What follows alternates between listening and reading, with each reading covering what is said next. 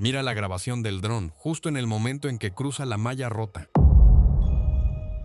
Las 23:52 quedan marcadas en la esquina inferior de la pantalla. El infrarrojo capta 3 siluetas agachadas avanzando hacia la mole oscura de la estación. El reporte oficial dice que esa noche nunca llegaron a entrar al predio. La memoria del dron recuperada después registra 41 minutos más de metraje del que el expediente reconoce.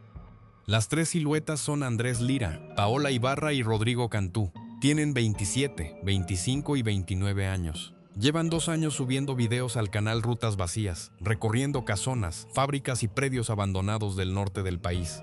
Esa noche llegaron al lugar que llamaban, entre ellos, La Estación, un terreno cercado a las afueras del ejido La Encantada, en Coahuila, marcado en los mapas oficiales como zona federal restringida desde 1994. Andrés maneja el dron desde la cabina de la camioneta. Paola sostiene una cámara de mano con visión nocturna. Rodrigo va al frente, cargando la mochila con las herramientas para cortar el candado. En el video que subieron una semana antes, Rodrigo dice frente a la cámara que el predio lleva 30 años cerrado por contaminación de suelo y que nadie ha vuelto a entrar desde entonces.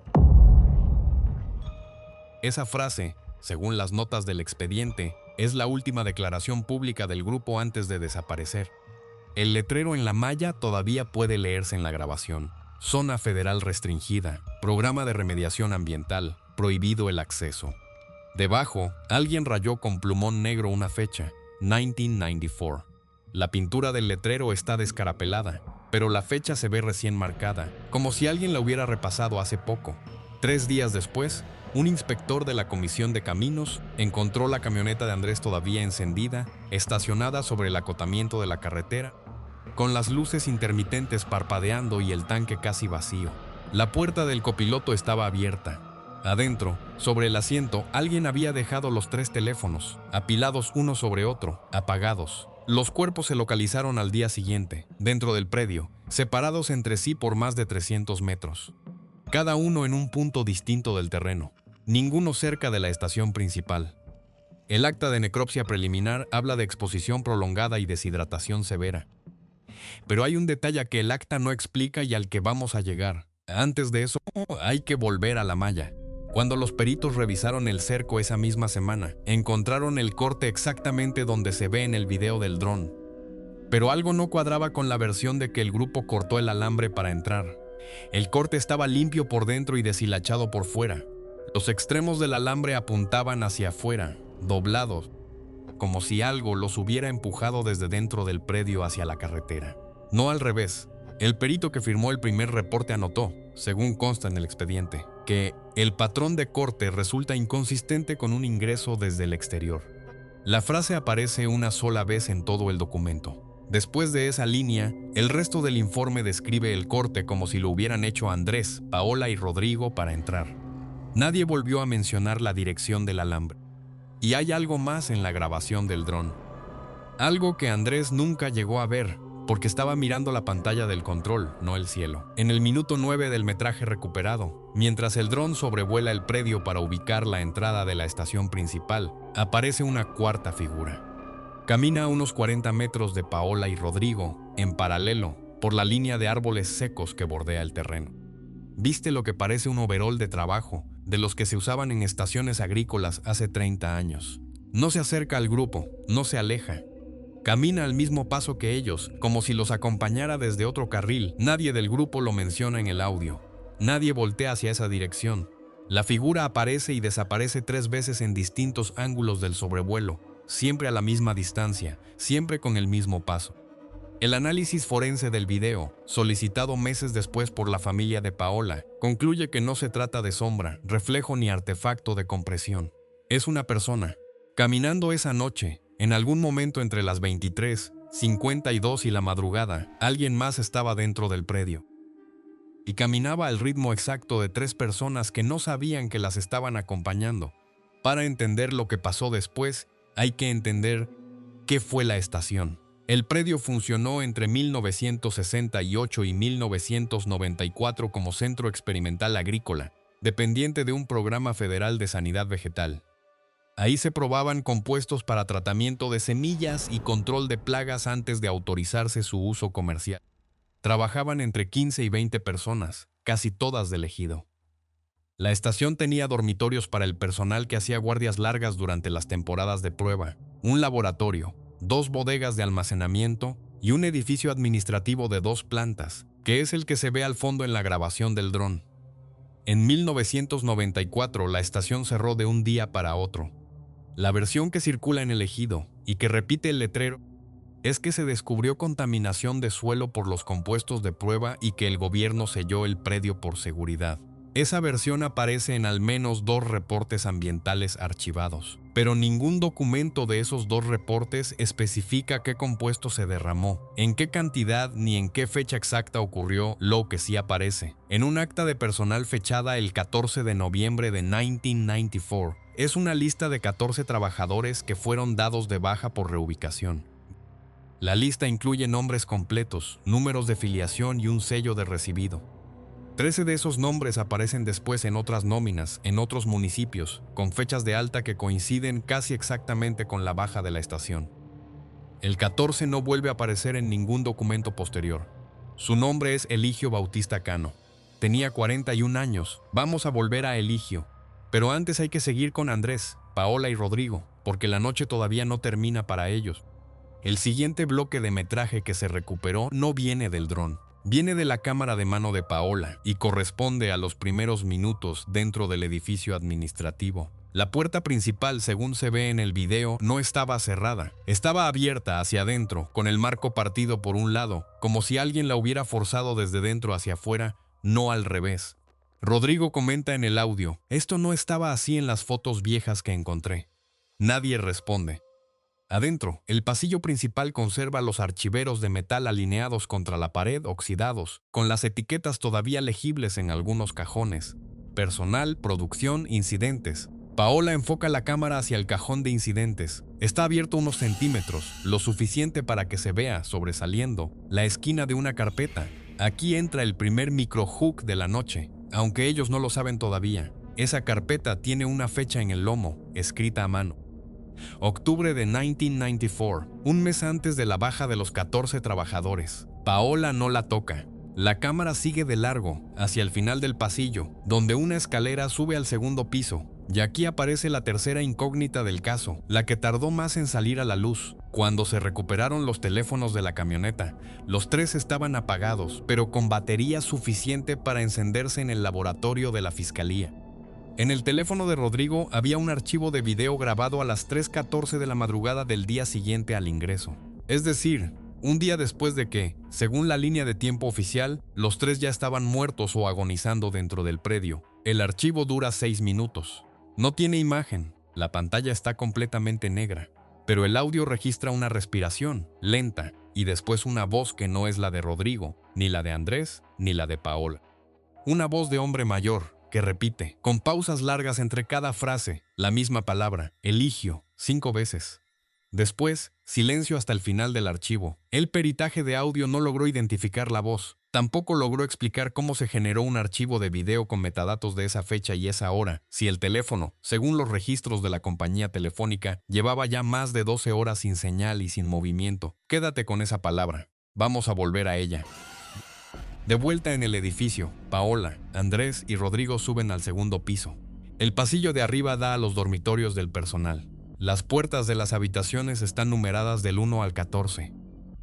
13 de ellas tienen la puerta abierta, los catres oxidados, los colchones podridos, ventanas rotas con el vidrio hacia adentro. La puerta número 14 está cerrada y, a diferencia de las demás, no tiene capa de polvo en la manija. Rodrigo se acerca, pone la mano en la manija. Y en ese momento, el audio del video capta un ruido que viene de abajo, de la planta baja, del pasillo donde quedó el archivero abierto. Es un sonido metálico, breve, como un cajón que se cierra.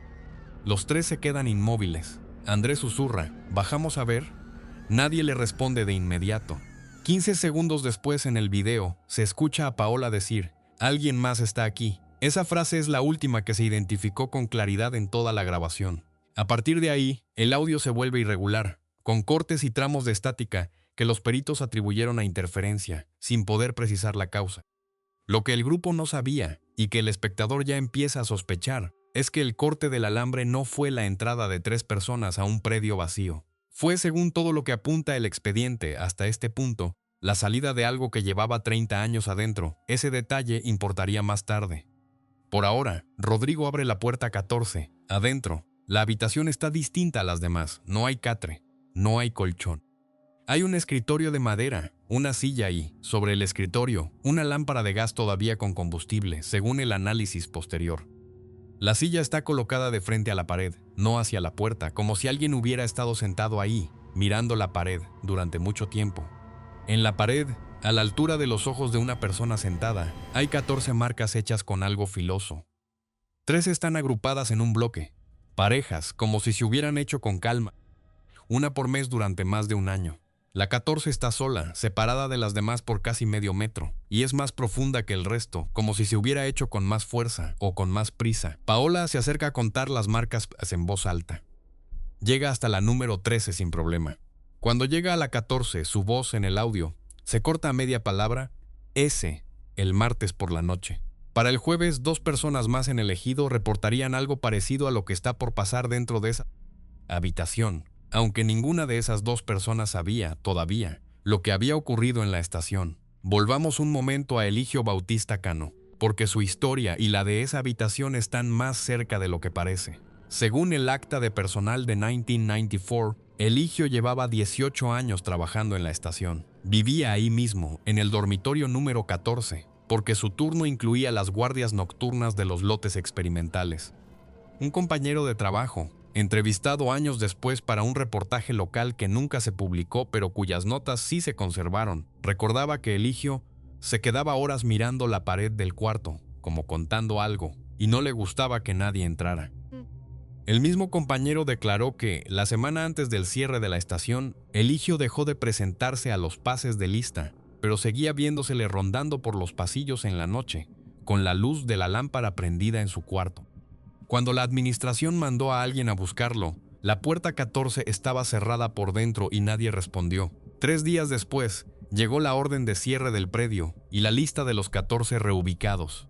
Nadie volvió a entrar a esa habitación. Hasta esa noche, en el video de Paola, después del corte de audio, hay 18 segundos de imagen sin sonido. La cámara, que estaba en su mano, apunta hacia el suelo, hacia los pies de los 3.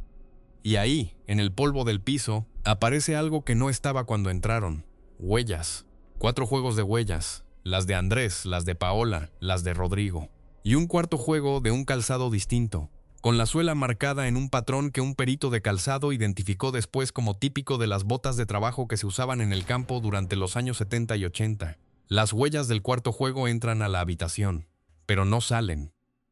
Aquí es donde el espectador, si ha estado prestando atención, cree que ya entiende todo.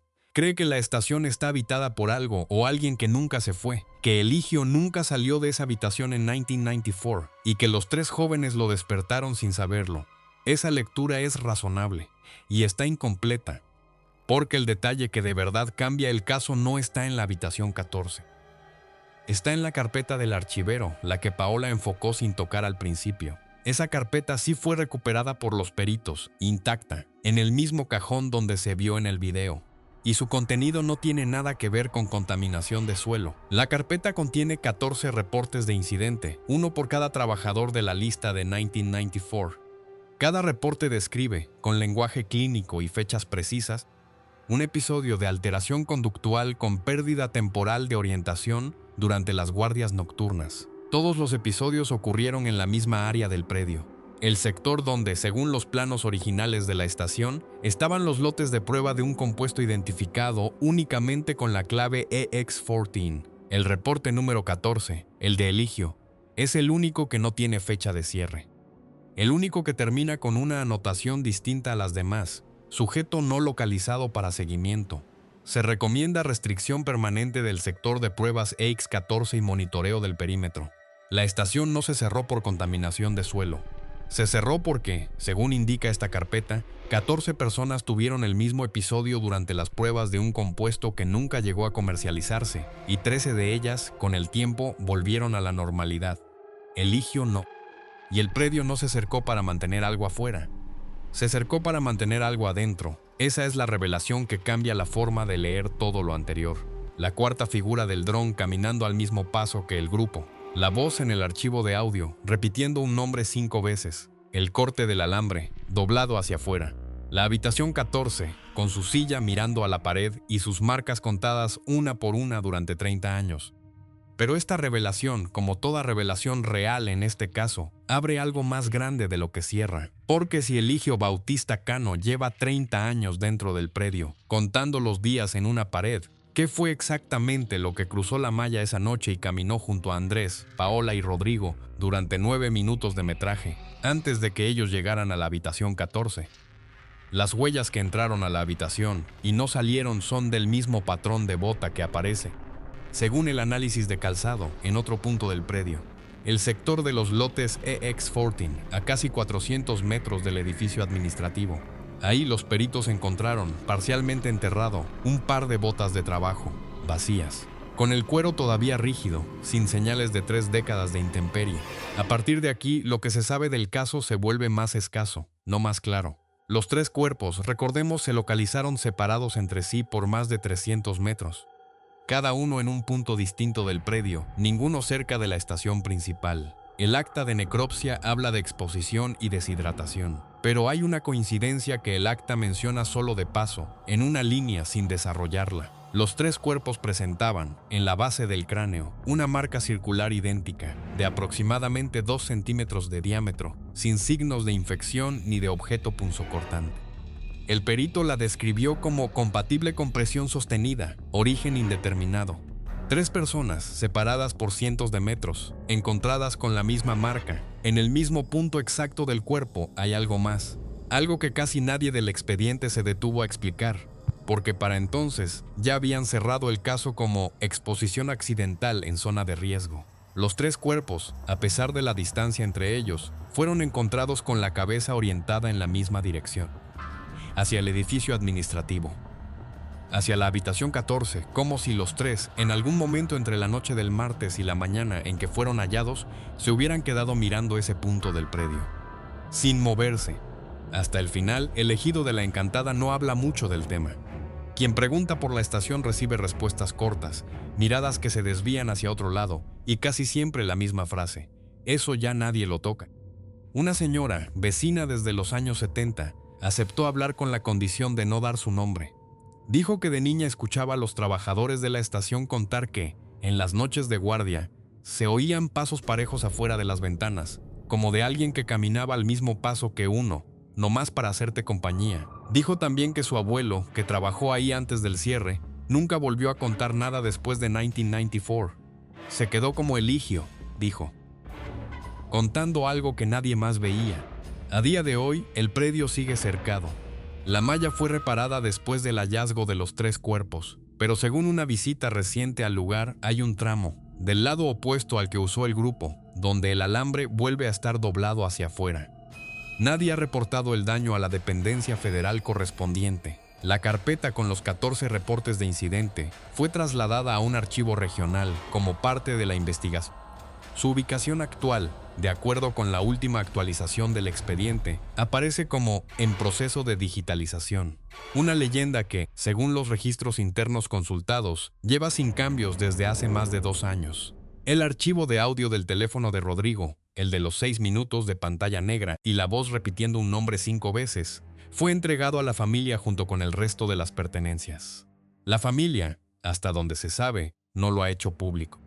Una persona cercana a ellos, que pidió no ser identificada, mencionó que escuchó el archivo una sola vez y que después de la 5ª vez que la voz dice Eligio, justo antes de que termine el archivo, se alcanza a escuchar algo más, algo muy bajo. Una segunda voz, mucho más joven, que responde. Esa parte nunca fue analizada por ningún perito oficial. Lo que se sabe es esto: 3 personas cruzaron una malla que llevaba 30 años cerrada, sin saber que el corte por el que entraron no apuntaba hacia adentro. Lo que sigue sin explicación oficial es quién o qué llevaba 30 años esperando del otro lado, contando los días en una pared, ¿Y qué fue exactamente lo que salió esa noche? Caminando al mismo paso que ellos, mientras 3 personas grababan todo sin darse cuenta de que ya no estaban solas. Si alguna vez pasas cerca de un predio cercado, con un letrero descolorido y una fecha repasada con plumón nuevo, no necesitas cruzar la malla para entender que algunas zonas no se cierran para que nada entre. Este relato es ficticio. Fue construido a partir de dinámicas documentales reales, predios industriales abandonados, programas de remediación ambiental y archivos de personal extraviados, pero los nombres, fechas, lugares y personas mencionados no corresponden a hechos verificables. Algunas secciones fueron reconstruidas con fines narrativos a partir de elementos típicos de este tipo de caso, y los detalles presentados como evidencia no pueden verificarse de forma independiente.